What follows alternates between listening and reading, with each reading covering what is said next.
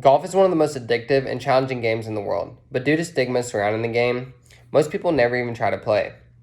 According to Golf Digest, nearly 25 million Americans played golf on a course in 2020.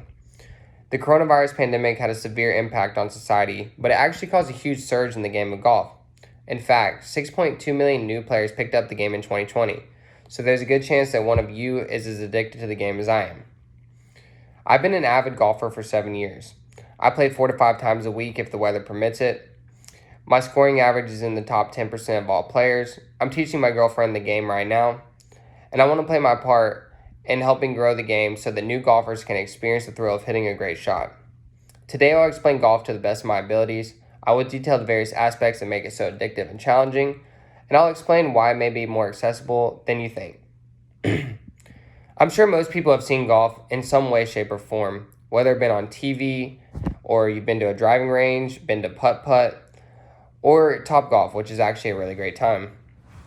But if you aren't familiar, you're basically trying to hit a little white ball around a field into a hole in as few shots as possible. A full round of golf is 18 holes. Most holes are par 4s, which means if you get the ball from the tee box to the hole in 4 shots, you make par. So there are actually par 3s and par 5s scattered around the golf course, but like I said, most holes are par 4s. Typically 72 shots in one round equals par for the day. But an overwhelming majority of golfers shoot well over 72. Actually, only 1.8% of golfers average below par. So it's a very hard game to master, which also makes it very addictive. So one of the very addictive things about golf is that there's so many intricate techniques that you have to learn to become good at it, such as the grip or your stance, your swing, how to generate power, your attack angle. And then besides the swing, there's the short game, which is your chipping and putting, which are very integral parts of being a good golfer that can score very well. So it's very hard to get good at, and the skill gap is arguably larger than any sport in the world. Some people find improving addictive, and some people may see the mountain of getting good at something and turn away. But golf is actually very fair to all ages, skills, and genders. There are different tee box lengths, so depending on your age or your skill, you will shoot closer up to a hole or further back from a hole.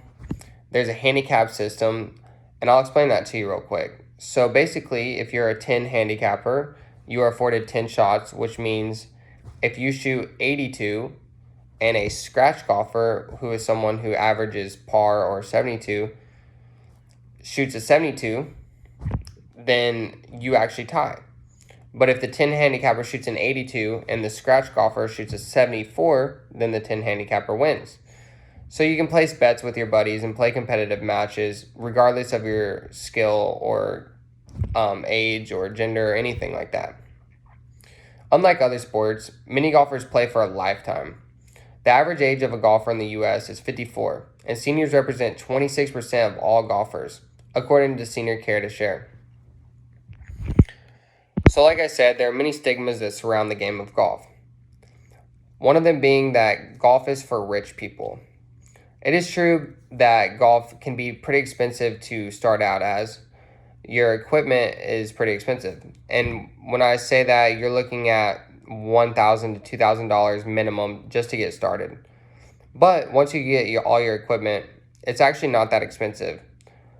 According to USA Today, the average round in the US actually only costs $36. But there's plenty of public and city courses where you only pay $11, $12, $13 to play around. Another stigma is that golf is snobby. It's true that there's a level of etiquette that you have to be at a golf course. Namely, usually you're required to wear a collared shirt, such as this one, proper slacks, proper shoes. They ask that you don't play bumper cars in your golf carts or drive them into lakes or drive them on the greens. But that's pretty much the extent of etiquette and snobbiness in golf. Me and my friends, we take a cooler with beer and snacks out. We take a speaker and listen to music. and overall just go and have a joyful time at the golf course, messing around with our buddies. Another stigma that surrounds golf is that it's harsh on minorities and women. Now, historically, this is true. Minorities were not allowed at golf course for a long time, even well after segregation ended.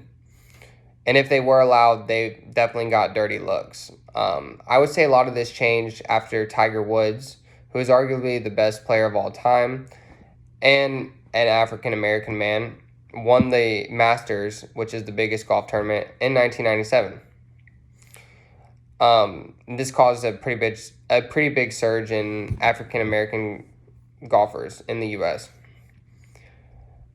And it's also true for women that the game has been pretty harsh on them.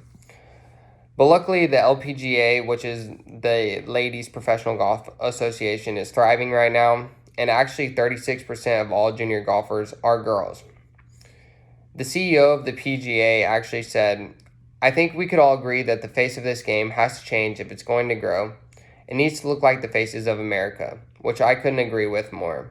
But I think they're making strides in doing community events and charities and outreach to make this happen. And I know that they're urgent to create a more accessible atmosphere for everyone in America to play the game.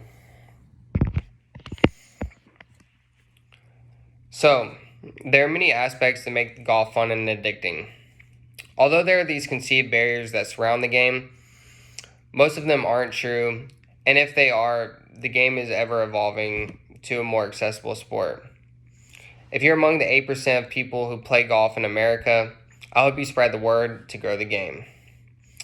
I hope you enjoyed this presentation, and I've been able to debunk some of the stigmas that surround the game. Thank you.